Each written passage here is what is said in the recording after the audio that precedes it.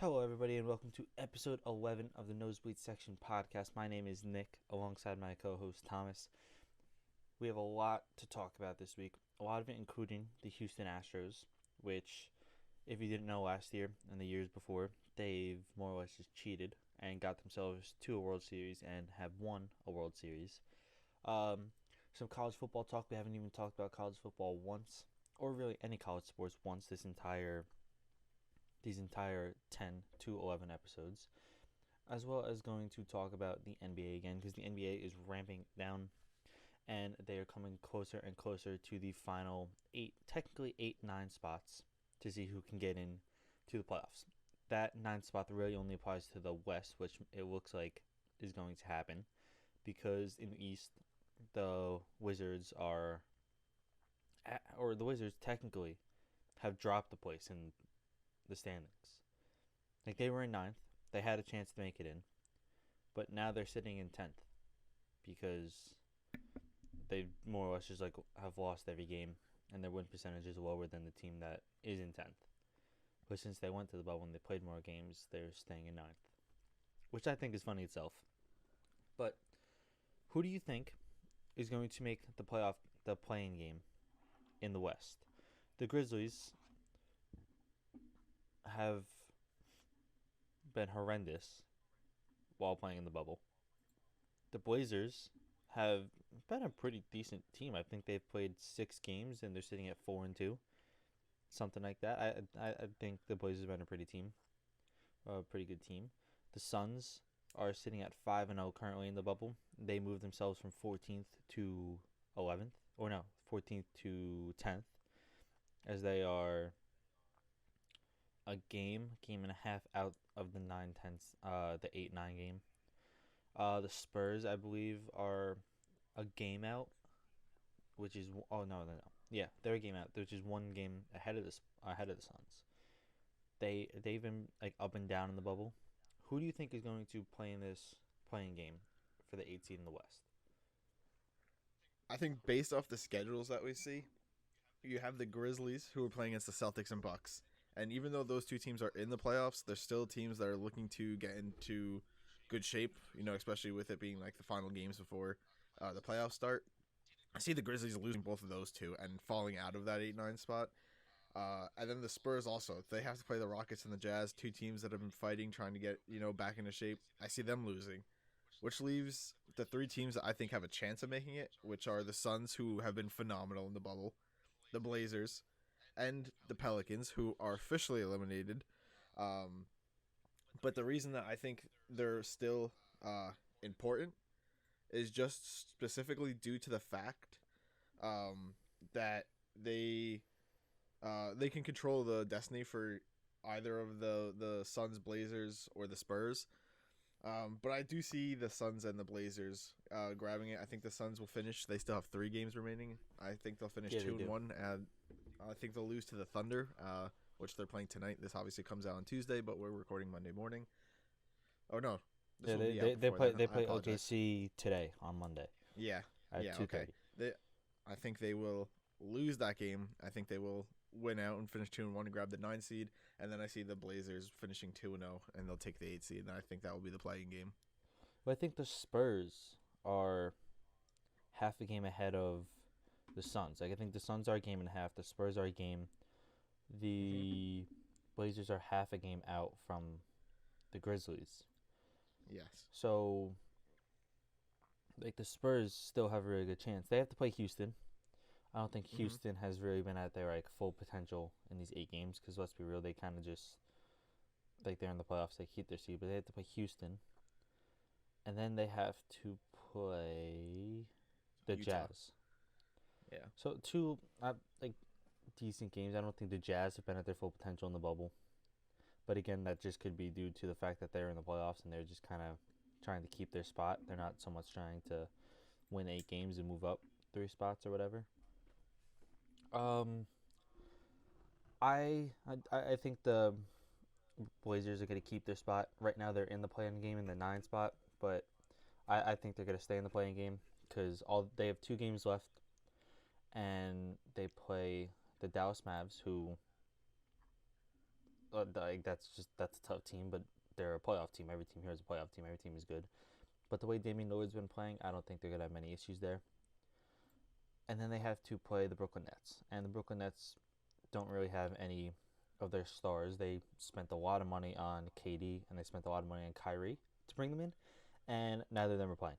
So I see Portland taking that over the Nets, and just the way that they've been playing as a team, I feel like they're going to go 2-0. The Suns, they play OKC. OKC, I think, is a very underrated team in the NBA. I'd probably say they're the most underrated team in the NBA, like in the bubble, and they're in the playoffs. Like no one's looking at the Thunder and they're like, oh, they're good or they're bad. I think they're the 4 seed. The 5 seed. Yeah, like they're like, and everyone thought they were gonna be terrible once Russell Westbrook left, and then they got Chris Paul, and everyone thought they were gonna suck. They're a pretty decent team. If Phoenix keeps up their form, I think that they can go 3-0. I mean, Philadelphia lost Ben Simmons. They don't have Ben Simmons anymore. Again, like Phoenix, it's extremely hard to stop Devin Booker at the moment.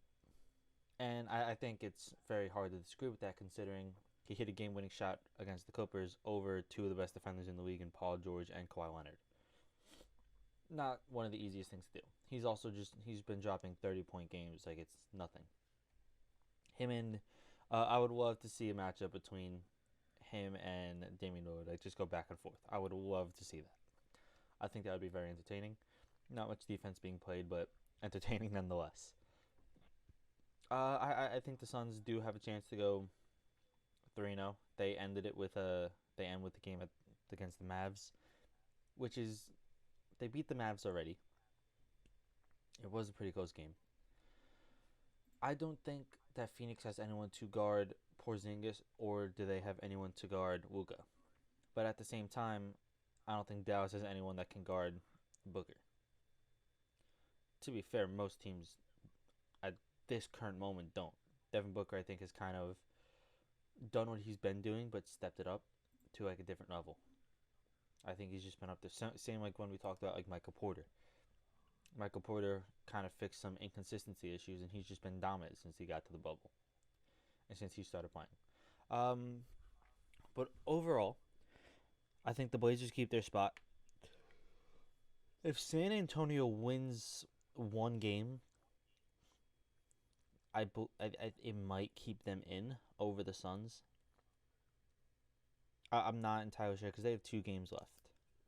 The Grizzlies, I think they lose out. I don't. If that happens, though, I think even if the Suns let's say both the Spurs and the Suns win out, I think because the Suns are technically only half a game behind the Spurs, I think the Suns, if they win out with their 3 games and the Spurs win out with their 2, I think the Suns still finish above them. Do they? Yeah. I mean, obviously, we'd have to like see how that happens because I personally don't know, like the logistics of it. I don't know exactly. But yeah, I see the Blazers keeping it, and I think it's between the Suns and the Spurs. I hope the Suns get it. Also because they deserve it. Well, yeah, 100%. They're the only undefeated team in the bubble, and they've gone up against like. Obviously, every team here is considered a playoff team, but they have. It's not like they're going up against like the bottom of the barrel, like the Wizards, for example. And I'm saying the Wizards because they don't have Bradley Beal, they don't have John Wall. The Wizards are very like they're a low level team at the moment. They don't have any of their star scorers. They're just kind of there to play. Unfortunate for them, but yeah, that's kind of just where they're at. I didn't think they had much of a chance in the first place because they were like 7 games back and they needed to win out, and they needed the 8 seed to lose just a couple games, and yeah, it just didn't go their way. But also in the draft, I don't think there's many players where if you're picking like 10, I don't think there's a player there that you're looking at that could be like a game changer or anything. Where I think like in other drafts, there's been players that are like so deep to like 20 that even if you're in the top 20, you're like, wow, we can still get like a player we really want and really need. Yeah, I feel like that's due to the fact that there was no March Madness. I know as weird as it sounds, but I feel like that's really where you could see the players who could elevate their game. Yeah, March Madness, and there's no combine. Yeah. Like there's none of that. So you're basing off of the last time you've ever seen this player play, which some players have way more highlights up on YouTube or like film up on YouTube, and some literally have nothing. So like you don't really know what you're getting out of these players, and you don't know what you're getting out. I mean, given you'll probably see them at summer league, but summer league doesn't really count much when you, the player's already on your team. Like someone like LaMelo Ball, he might be really good, he might be really bad, he might be mediocre. Out of all the highlights you've seen, you still don't know what he's going to do up against the other people that he's been drafted against. Because he didn't play them in college. There was no college season. It was a little bit. So it kind of, yeah, a little, but it wasn't like, what was it, like 10 games maybe? And there was, I think it was more than that. yeah, okay, even if there was, there's no March Madness. Yeah. You're not getting into where it really matters. Obviously, the games before really matter because you want to get into March Madness. And there's no combine. You're not seeing these players play against each other to show that they're better at their position, they're more effective in a in-game scenario. Because like in college, it's we've been like playing with these people this entire time, and you might have like 7 players that aren't even looking to get drafted that are just there because they're like better than, or like they're like pretty good. They're good enough for the Division 1 level. Well, once you get to the combine, every single player there is there to get drafted. A much different atmosphere. But also speaking of college football, which we actually haven't talked about yet, does college football make its return to play? And obviously, a lot of these colleges are already, or a lot of these like football teams are already at campus. Like they're there extremely early, but they're there already at campus. How and like do you think the college football season comes back to play?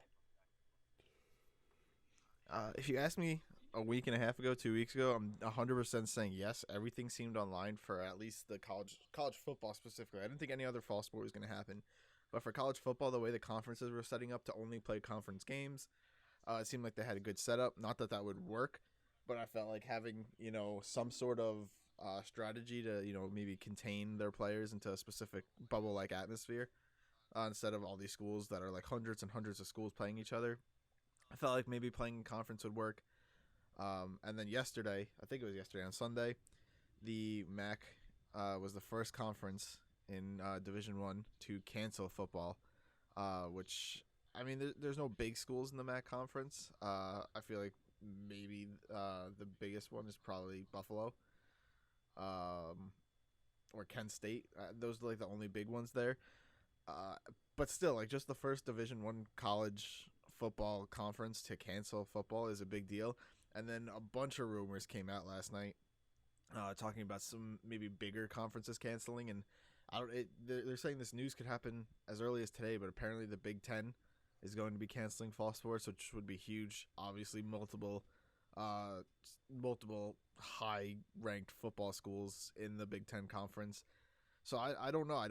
If there's this many conferences starting to cancel it, I don't see how the season's going to work. Yeah, it's because in my opinion, it's very similar to like baseball. Very similar to the way the NFL would work. You can't fit all these players in a bubble and expect them to just play a conference schedule, even if you put conferences in different states and different bubbles. It's too big to do anything like that. It's way too big to do anything like that. And on top of that, most of these schools make a lot of their money from the admission fees that you pay to get into these games, because some of these games cost more than it goes to some NFL games. I'm not saying all, but like if you look up and compare the price to go to a Clemson game compared to going to like an Arizona Cardinal game at the moment, because the Cardinals, like realistically, the better your team is, the more your ticket price is going to be, unless you're the Jets and the Giants and you just charge it a lot because you're in New York and you can. No, I mean, like, you laugh, but like, let's be real. That's true. It's like, true. if you're going to a Clemson game, it's costing you about as much or not or more to go to an Arizona Cardinal game. Like, to get I was talking to my friend Nick. He goes to the University of South Carolina. Obviously, they're in the same conference as Clemson. So every time he wants to maybe go to a Clemson game when Clemson's playing USC, at USC or at Clemson, those tickets are a lot of money. Even if you want to just sit in the student section up high, like they are a lot of money. Like I don't know the exact amount, but when I'm thinking of a college game, I'm thinking of like, yeah, like tickets are gonna cost like 15, $20. But I'm almost positive they are more than 50. Like a seat, like one seat is like 50 plus. Like that's absolutely insane. And they're no longer making that money, which is a huge downside to them. But at the same time, if they don't have their season, they don't get any TV revenue, which is really what all these schools are just looking to have. Like, because a lot of the bigger schools, all their games are on TV. Almost every weekend, every big school is on TV. And then you have the couple schools where you're like, I might watch this, I might not. It just fills up your Saturday college football. But like some of the smaller schools, like a good smaller school would be like a JMU or North Dakota, because they don't compete in like NCAA Division One, even though they're considered Division One. They don't compete against like the Clemson's, the Alabamas. They compete against like they'll go against each other, like them, Monmouth. It's like a smaller school Division One because they're not as big as a football program, but they are considered Division One. Like for them, it's a lot more difficult. Like Trey Lance, who is the quarterback of North Dakota State, is predicted to be one of the top 5 quarterbacks when he goes into draft, whether that's next year or the year after. I'm not entirely sure. He's predicted to be one of the top 5 quarterbacks in the draft. He didn't throw a single pick last year. How many times have you seen North Dakota State on TV? Not many. I don't think I've seen. I mean, given they've probably on TV a couple times, like they're considered a good team. It's one of the games that they're like, oh, we don't know what to fill like this like spot with. We're gonna put North Dakota State there. And every once in a while they have a good game, but like they don't play anyone until they get to their playoffs that is like extremely challenging against them. Like that's like for a school like that who's going to open just to play. I don't know if they're really getting what they want out of it, because they're not making their revenue, because if it's college football, almost every weekend your stadium is going to be like, whether you have one stand on each side or your stadium goes all the way around, like if it's college football, your stadium's going to sell out every Saturday, every Friday night. Like it's just going to happen. They're not making that money anymore. Maybe they allow some of the other students on campus to go, but again, like I don't know. And that's a good point, because I don't know if you saw last night, but a big thing that happened is Trevor Lawrence, obviously, the Clemson quarterback, who's been the face of college football, in my opinion, for the last 2 years probably. He's obviously coming back for his third season at Clemson. He has one more year before he could declare for the NFL draft. So this is a big year for him. Obviously, he's projected already to be the number one pick in next year's draft. But he says in a whole thread of tweets last night saying how the college football, like the people in charge of college football, are saying how it's not safe enough for these players to play, and how he's saying that if they were to play, it's actually more safe. They're going to be getting tested, and some of the players on the teams don't come from situations where their home life is safe. So he's saying it is safer for these players to be playing college football than not to.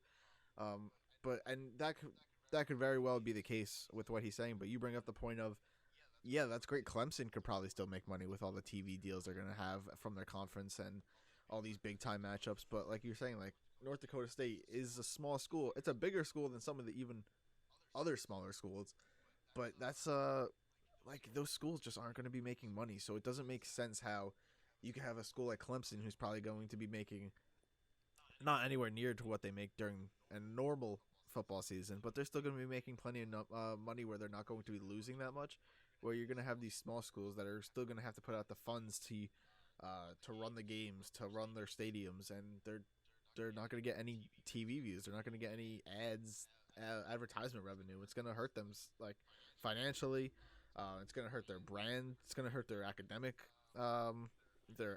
funds, I'm sure. So I just don't see how the season happens, and it's something I didn't even think about until probably the Mid Atlantic Conference canceled yesterday. Yeah. What exactly? Like for these Division One schools, and as you like brought up with what Trevor once said, I think he does bring up a pretty good point that it could be safer if they're at school because they're getting tested consistently. They will know if they have or if they don't have the virus and everything like that, and they're more or less being quarantined with just the team themselves, where quarantine isn't like mandated wherever they might live. I do think he actually brings up a pretty good point there. I'm not gonna lie. The issue I have is if they are going to be mandated to quarantine there, right? Why not? I mean, obviously, this is on a much larger scale, and this is kind of more of a political statement than it is sports. But if at the beginning of this quarantine, the government and everything, it was like a mandated quarantine, even if it was like March, like early March, right? If we did like, like a 3 week to a month just absolute quarantine, like the only time like you're going out is like one person, absolute necessities for like groceries or something. Or maybe like you have to like order your groceries and someone like just drops it off on your porch or like whatever. We wouldn't even be having this discussion because the virus would still exist, don't get me wrong, but it would be much more controlled and it wouldn't be so out of hand. Like look at Europe, for example. Some of these countries are barely having any cases, and if you do, you kind of just go to the doctor and you're like quarantined there, and they deal with you like it's. We really wouldn't be having this conversation if it was dealt with properly the first time, or like the first time of asking. And I don't want to go into like why it wasn't done that way or this that because I hate talking about politics.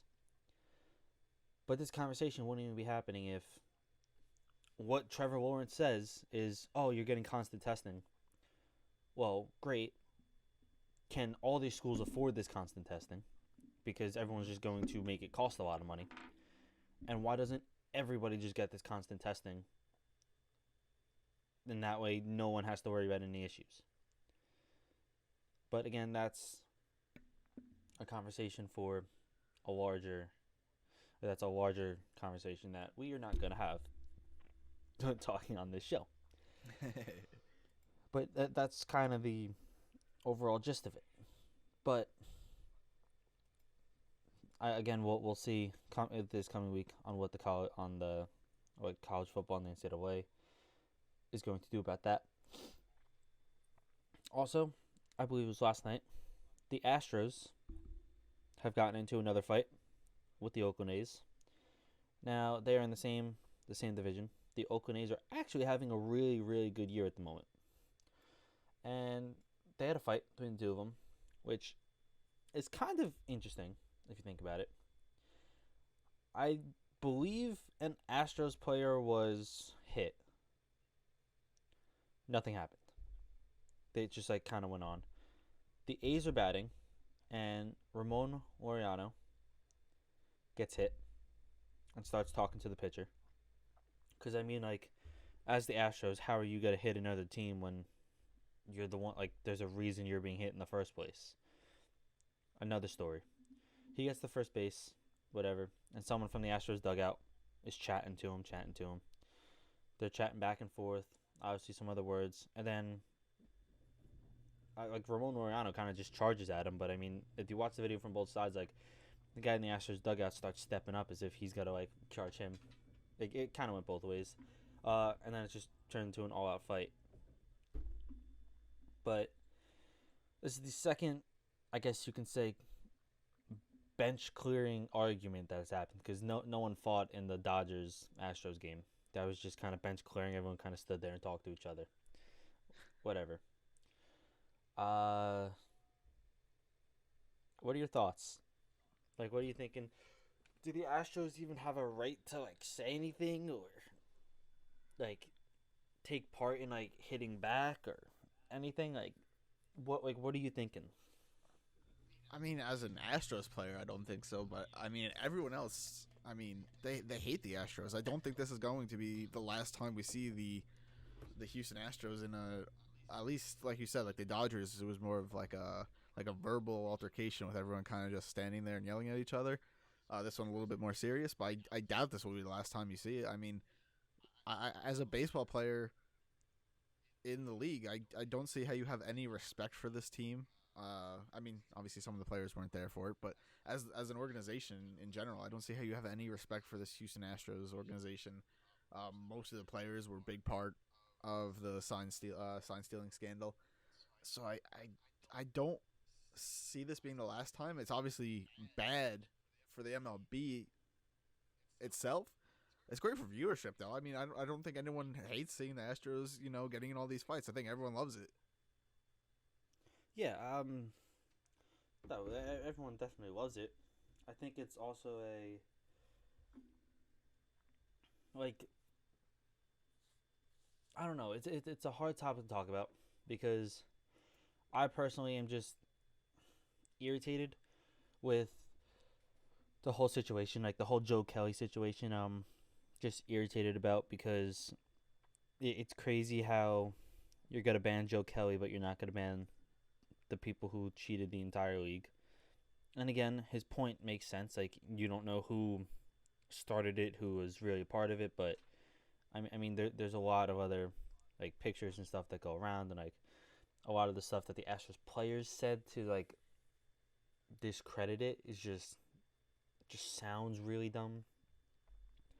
But I don't think the Astros in any way, shape, or form have a way to come back at someone like because I believe an Astro player got hit, like that's what started it, and nothing happened. It was just kind of like accepted, and then you can't go back and then peg an A's player. Like there's a reason your player got hit. Am I saying it's right? No, you shouldn't be hitting anyone because realistically, you hit him with a baseball, it kind of hurts. Like you shouldn't be hitting anyone in the first place. But again, we talk about this. Baseball kind of has its own policing things and everything. So that's the way they police it. You can't throw at someone who threw at your player because you cheated. Like at that point, you're just pegging the really hurt, where the Astros are pegging, or the A's and the rest of the MLB is like pegging for, like, and I guess quotes that teach them a lesson. Although I don't know how getting hit with the baseball is going to tell you not to cheat. But again, baseball kind of polices itself. It's one of the very few sports I would say that actually do. Especially when you're not going to hand out any punishments to them. I feel like they're just going to get pegged all year. Like it's just going to happen. And there's really not much you can like do about it, I guess. Yeah, I feel like the biggest thing I personally want to know is, are we going to see? We talked about it when the Joe Kelly situation happened. Maybe the MLB giving him a little bit of a stricter punishment. Due to the fact that it brings up this whole Houston Astros situation. Obviously into one of the biggest news stories again. Do you think we'll see a similar punishment to any of the athletics players? Look, Ramon Laureano definitely is going to get some type of suspension because he charged at the bench. Yes.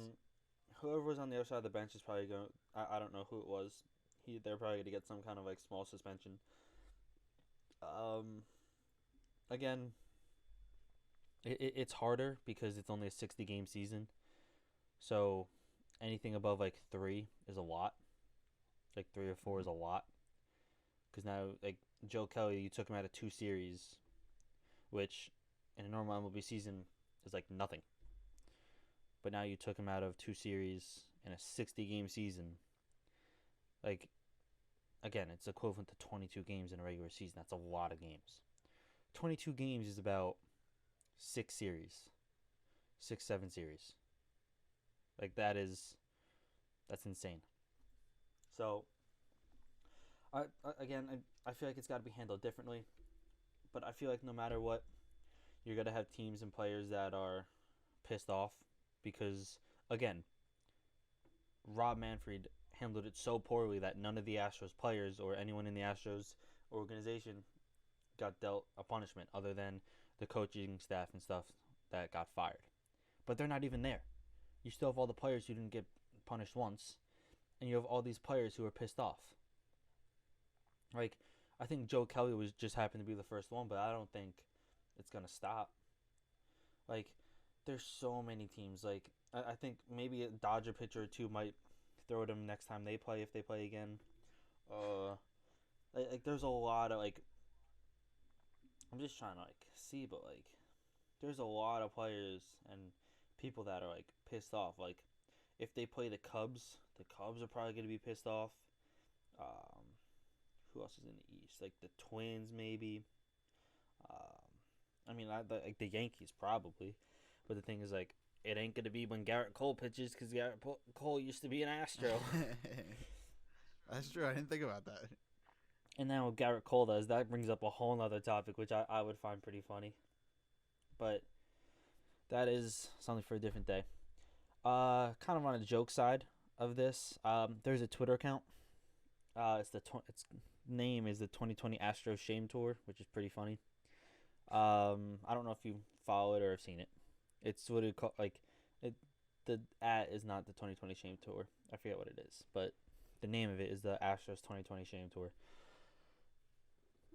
All they do is just jokes about the Astros all the time. Pretty quality page. I would recommend to follow. It's pretty good. Every time Jose Altuve strikes out, just a video of him striking out. I've really just seen a lot of like Jose Altuve stuff because he's having himself like one hell of a interesting year. I believe it has more followers than Carlos Correa on Twitter, which is pretty funny. Oh, this is amazing. Yeah, and they I don't know if you've seen it, but if you haven't, I just looked it up. just definitely take a look at it. There's I just looked it up, and I gotta say, I mean, the fact that you said like they had a lot of followers. I'm thinking, 70,000. no, they have almost 300K. Yeah, there are 278,000. Yeah, they were at followers. 258 2 days ago.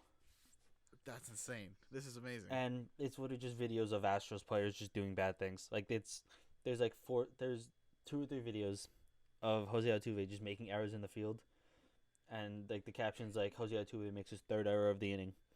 Absolute shame to see him play this way. Like just stupid things like that, but it's so funny. It's so good because Jose Altuve is just he's not having a normal Jose Altuve year, and I mean, who knows? Maybe there's a reason behind it. Like, yeah, you're not wrong. Jose Altuve is batting 182. He is batting 182. He has Yikes. 3 home runs, 7 RBIs, 2 stolen bases. That is not normal Jose Altuve numbers. And to be fair, it could be because, well, he doesn't have the trash can anymore to tell him like what pitch is coming, what like everything like that. So I feel like one of the biggest things that like I feel like they've become a joke in the world of baseball because I mean this is going back probably maybe a couple games at this point, but even when Jose Altuve struck out, the announcer of the game, they're like, "Oh, Jose Altuve sat down," and then he's like, "Yep, guessing's a lot harder than knowing." oh and, yep, like, the it's just, like, announcer. those little Yeah, digs. everyone is Yeah. going to take shots at them. Exactly. Shots are going to come at the Astros for the next couple years. It's just gonna happen. It's gonna be one of those things. I definitely want to talk about the Astros a bit more. I will try to get a guest on to talk about it because the guest we want to get is a huge baseball fan, big Yankee fan. He will definitely have a lot to say in this situation. I know that for a fact. So that's gonna be a good episode. We will be starting to bring guests on the episodes to bring a different viewpoint, bring a different eye to everything. Maybe cause some arguments, which would be lovely. But yeah, that is going to do it for episode 11 of the Nosebleed Section podcast. Thank you very much for tuning in. Comes out every Monday and Thursday.